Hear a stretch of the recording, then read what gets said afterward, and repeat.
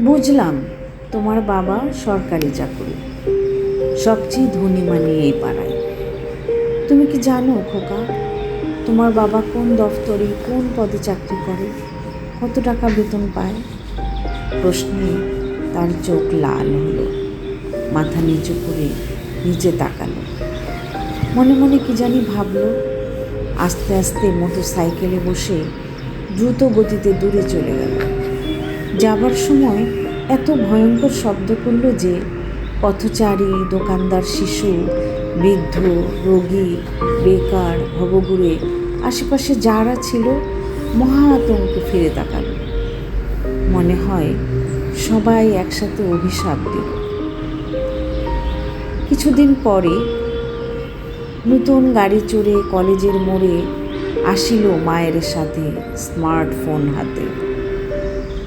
বেশ দামি শাড়ি পরে ছেলেকে সাথে করে মা ছেলে হাঁটছে হেলে দুলে রাস্তা ধরে।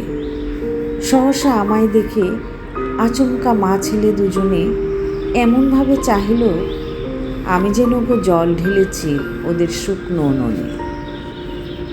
দেখে আমি চিনেছি তারে, দেখেছি যে কতবার।